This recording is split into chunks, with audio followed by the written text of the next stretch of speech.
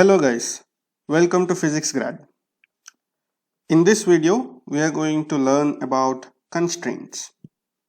Alright, let's begin. So, first of all, what do we mean by a constraint? Okay. So, a constraint is something that limits the motion of the system.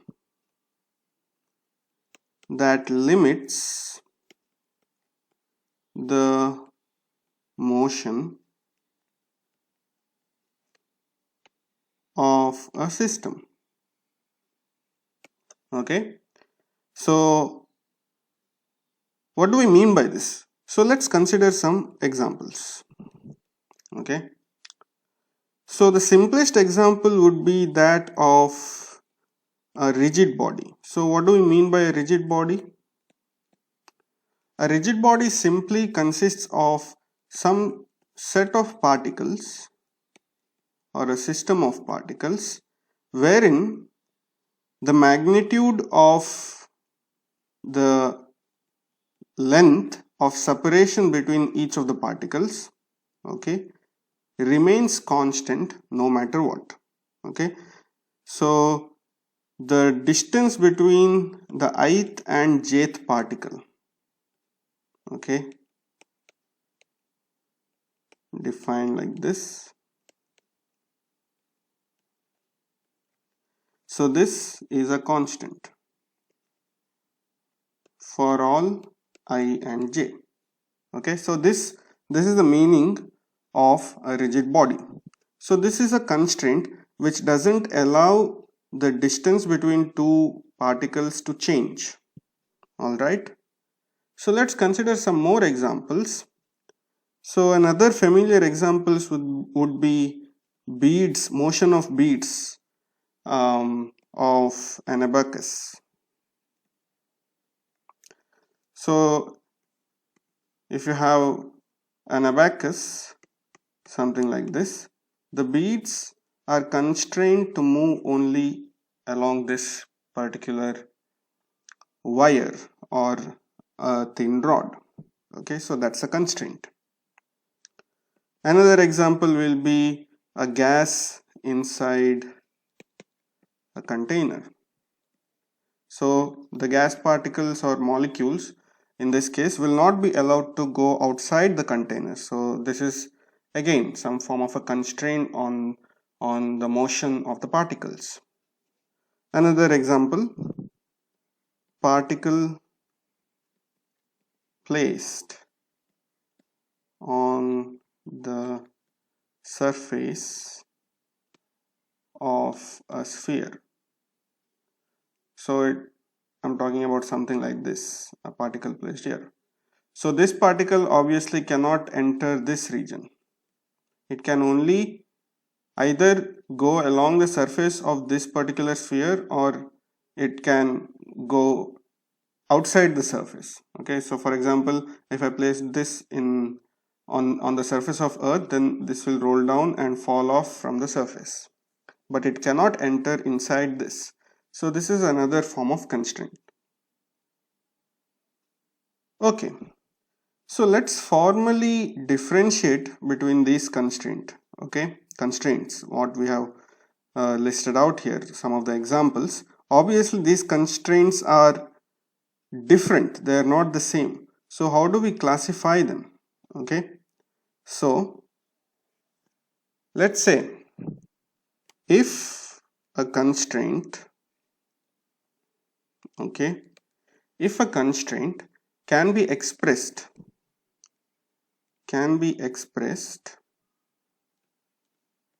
as an equation of the form given by some function f of r1 r2 dot rn comma time, where r1 r2 are the position vectors of each particles. Okay, this equal to 0. So if a constraint can be expressed in this form of an equation, we'll soon see some examples, then Such constraints are called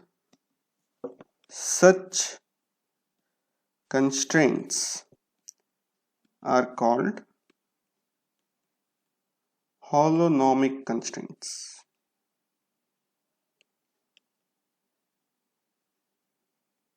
Okay.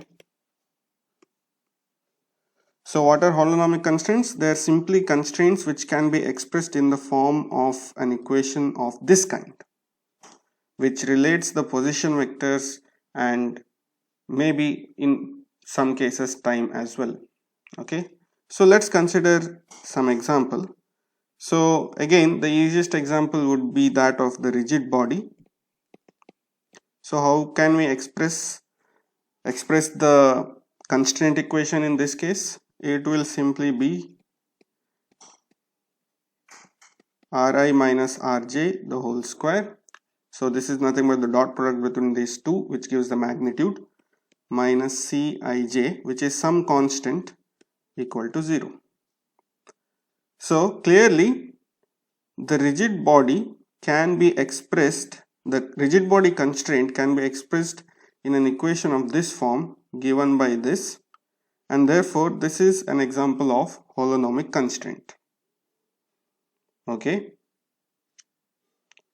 So another example would be, let's say, a bead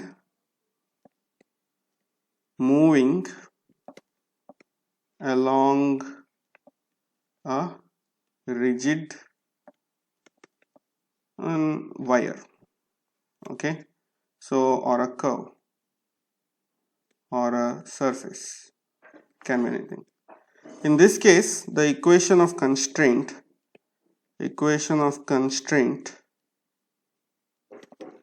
is the same as equation for the curve or the surface. Okay, so it has to move only on the surface, it cannot go outside the surface, or it has to move only along the curve. Only then the equation of constraint will be the equation for the curve or the surface. Okay, so this again will give this form of an equation, and therefore this is an example of holonomic constraint. Now remember, this particular case doesn't fall under this, because here I am not saying that the particle should be along this surface, it can go outside as well. But here what I am saying is that it has to be on the surface at all times. Okay. Okay. Let's proceed. Then what about constraints which cannot be expressed in this form? Okay. So if constraints cannot be expressed in the above form, such constraints are non-holonomic.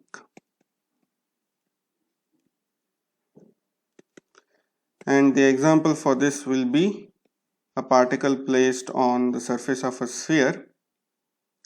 Then the constraint equation for this will become r square minus a square is greater than or equal to 0. So clearly this equation is not of this form because it's an inequality, it's not an equation, right? So therefore this is an example of non-holonomic constraint. Another example would be walls of a container of some gas. Here again we will have the gas particles to be moving inside some particular volume defined by some kind of an inequality of this form, and therefore it cannot be expressed as an equation relating the position vectors and time, and therefore this is also an example for non-holonomic constraint. Okay, cool. Now in these examples we haven't considered any dependence on time. the constraints can further be classified on whether they explicitly depend on time or not. So, if constraints explicitly depend on time, such constraints are called as rheonomous constraints.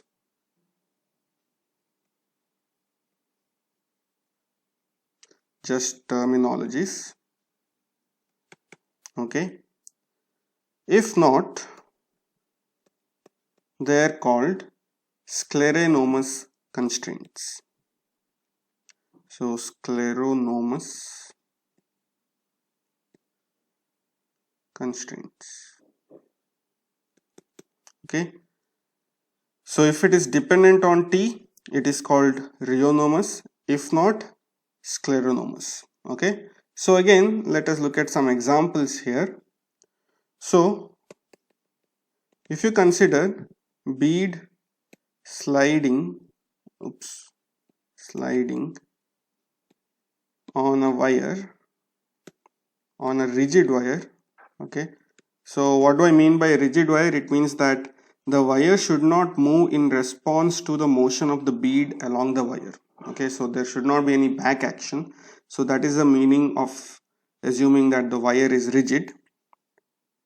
Okay, then this particular constraint will be independent of time, because the way the bead is going to move is only going to will be only dependent on the equation of the shape of the wire, okay, which in turn depends only on the positions and not on time. So this becomes a scleronomous constraint. Example for a scleronomous constraint. Okay, but if wire was moving in some prescribed fashion, okay, then the motion of the bead will not only dependent on the position where it is in the wire, but it also depends on the time as well, because at different times the wire may be moving in a different fashion. Okay, so this depends on time because the wire's motion may be time dependent, which in turn affects how the particle is going to slide. So therefore, this is an example for a rheonomous constraint. Alright, so I hope that is clear. But what will happen if the wire was not rigid? If the wire was in turn,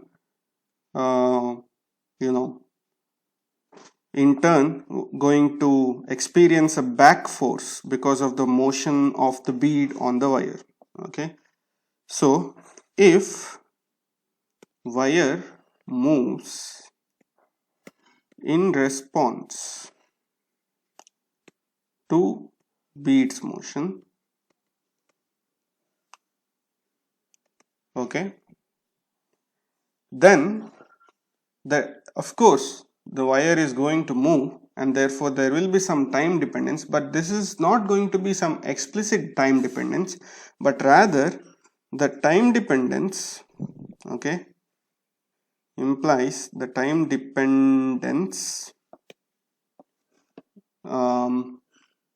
is only through coordinates of the curved wire. Okay, so the time dependence is only through the coordinates of curved wire. Because if you consider wire to be moving in a prescribed fashion, in that particular case, the way the wire moves is going to be independent of the position of the bead in the wire. Okay, but whereas in this case, depending on where the bead's position is, the bead is going to move in a different fashion, and in turn the wire also is going to respond differently, and therefore the wire's motion in turn will be dependent on the position of the bead on the wire, and therefore it will be dependent, and obviously the position of the bead is the same as the coordinates of the curved wire, and therefore its time dependence is implicit through the coordinates of the wire and not an explicit dependence. Okay, so in this case there is no explicit dependence of time, and therefore this is an example of scleronomous constraint. Scleronomous constraint. Okay, so the important thing is that there should be explicit time dependence for the constraint to be rheonomous. Okay, all right, cool. So let's go to the next part now. Because of these kinds of constraints, it's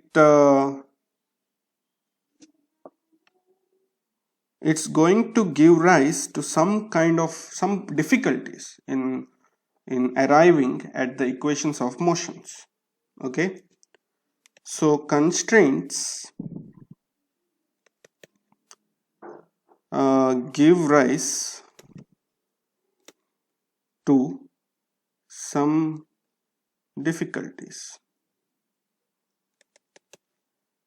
in formulating equations of motion. Okay, so how? So the first difficulty because of constraint is the fact that because of the constraint, all of the position vectors Ri are not independent. Okay, so what I mean by this is that if you consider the motion of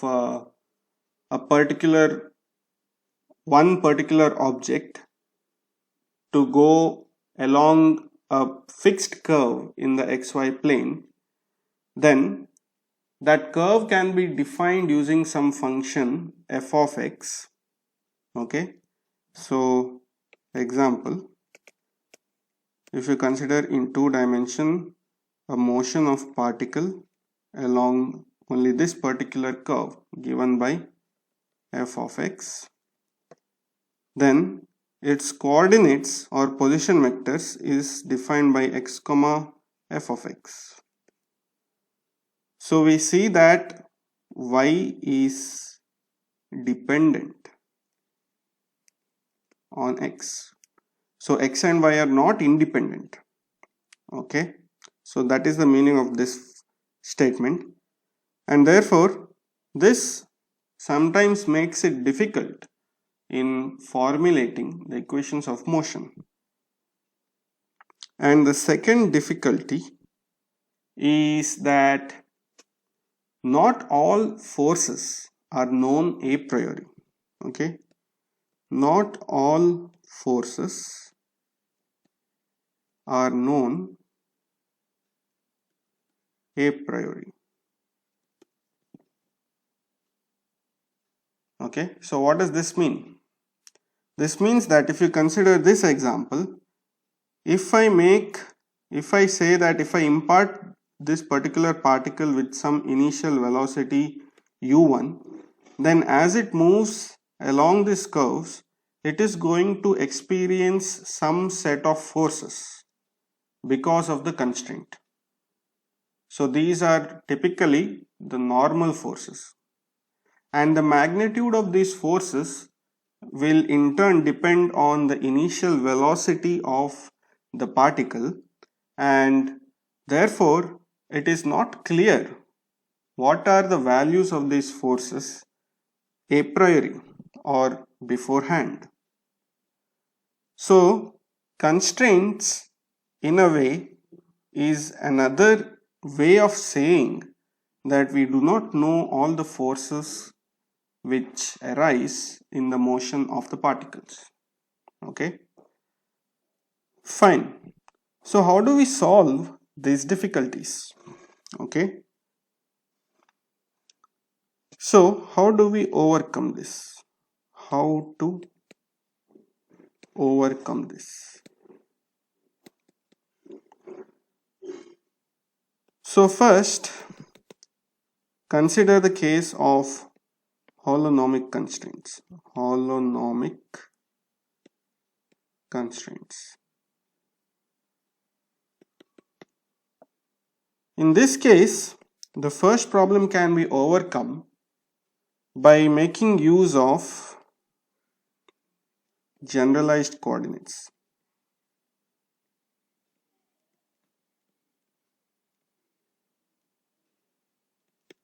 Okay. Now, let me explain this so more clearly. Now, if you consider the motion of a particle in 3 dimension, in general, for n particles in 3 dimensions, we need 3n coordinates. Okay, if you think of them in Cartesian coordinate, you will need 3n coordinates, or same as saying 3n degrees of freedom. Okay, so this is for unconstrained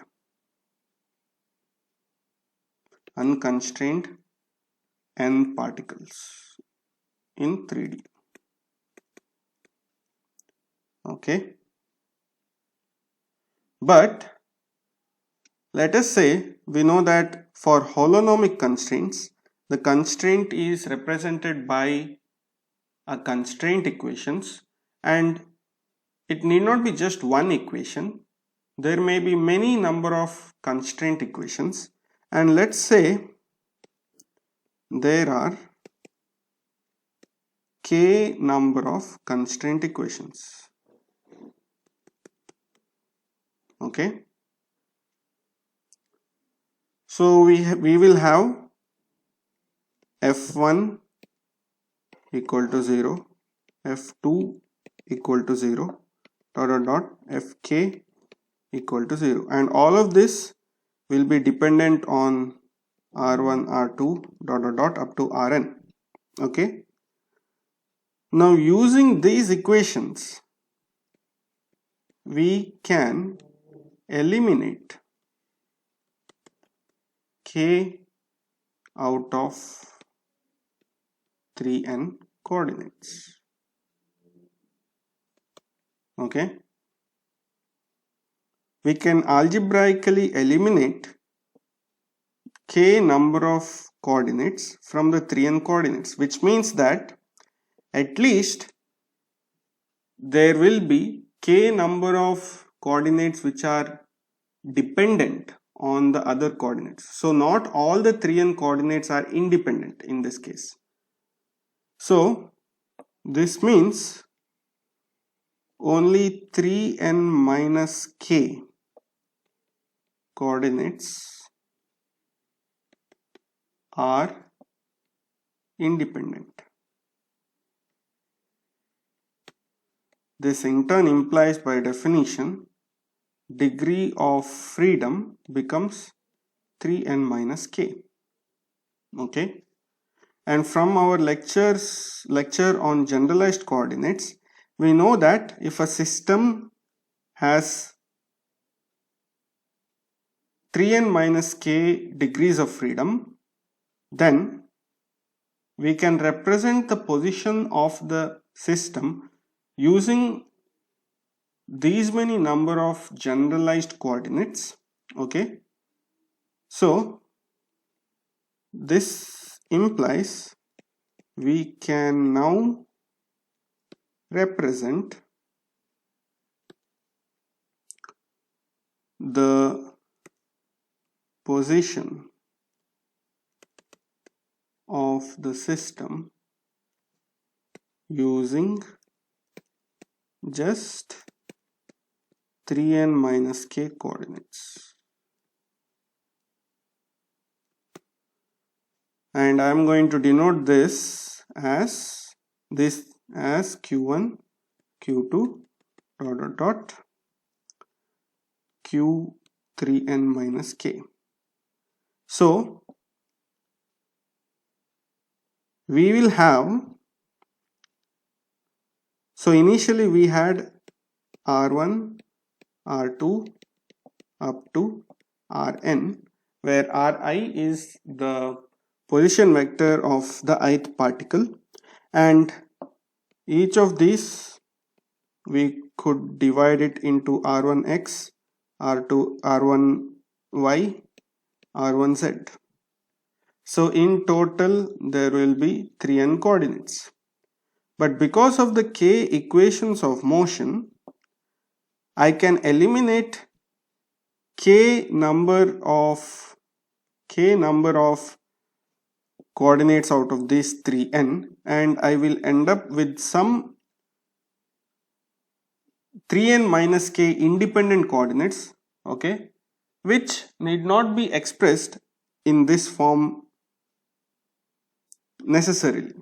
Okay, so these q1 to q3n minus k can be something else, which in turn describes or has a relation to these ri's, and therefore I can now write each of these position vectors as a function of these generalized coordinates. Okay, I'll give you an example and it will become more clear. So dot and so on up till rn. Okay, so we have basically defined some transformation. These equations give us the transformation from r to q. Okay, that is the position vector to some generalized coordinates. We can also have transformation from q to r by inverting these equations, and in addition to that, using these equations we can get back all the 3n r's using the q's. Okay, cool. Now one more important thing is that because it is possible to represent the position of the objects or the system by the number of generalized coordinates, which is equal to the degrees of freedom, this means these sets of equation should contain the constraints implicitly.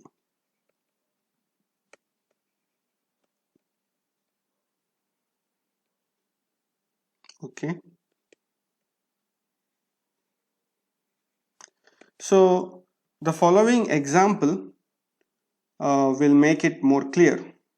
Okay, so the simple example would be that of a pendulum in 2 dimension.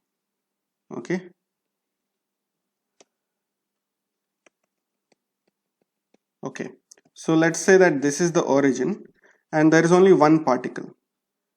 Then its position vector is basically defined like that, and this pendulum is made of a rigid rod, which is massless. Let's consider for now. And we know that this particle is actually moving in 2 dimensions, that is x and y.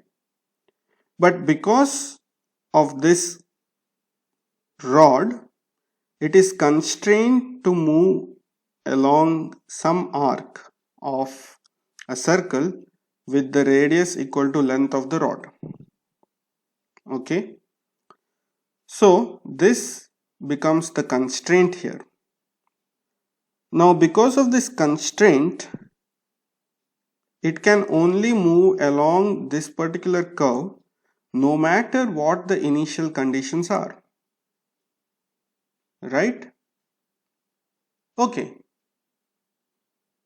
so here this r can be written as rx comma ry or x comma y, right?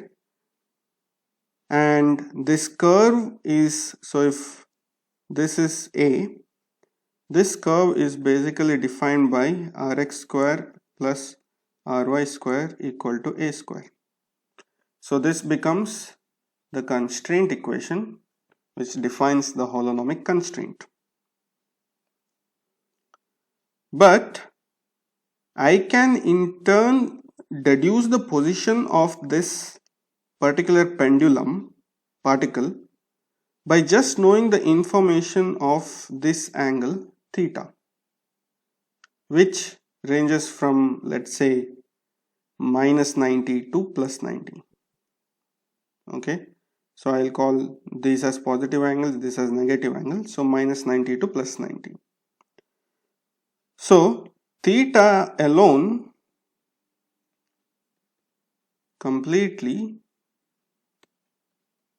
characterizes the position.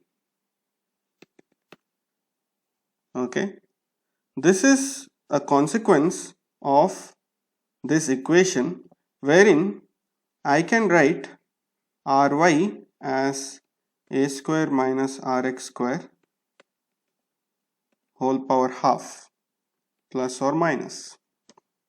Okay, this means ry is not independent of rx. Ry is dependent on rx, and therefore the degrees of freedom for this is not 2, because these two are not independent, but rather it is 1, because only one variable describes the position. So degree of freedom is equal to 1. And now I am going to choose theta as my generalized coordinate.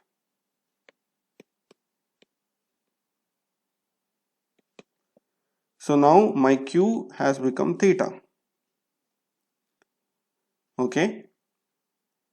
Then what's the relation between r and theta? Clearly rx will be a cos sin theta, and ry will be a cos theta. Okay, from this diagram. So these form or describe, so this is basically these equations which describes r in terms of the generalized coordinates. Okay,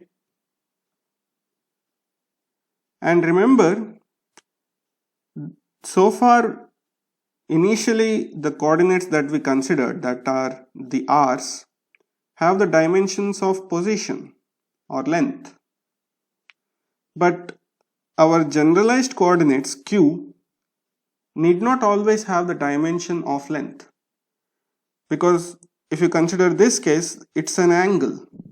An angle doesn't have the dimension of length. So generalized coordinates can have any dimension. Okay, so generalized coordinates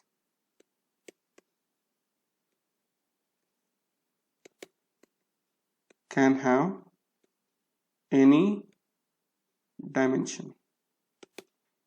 Okay, so this is an important thing to note. So with this example, I would like to end this video, and I hope that you have understood what we mean by holonomic and non-holonomic constraints, and what are the difficulties that arise due to constraints. And we saw in this video, in the case of holonomic constraints, how we can reduce the number of coordinates using the generalized coordinates and express the same problems in lesser number of variables, which in turn makes the formulation of equations of motion a simple mathematical task. Okay, thank you for watching. See you next time.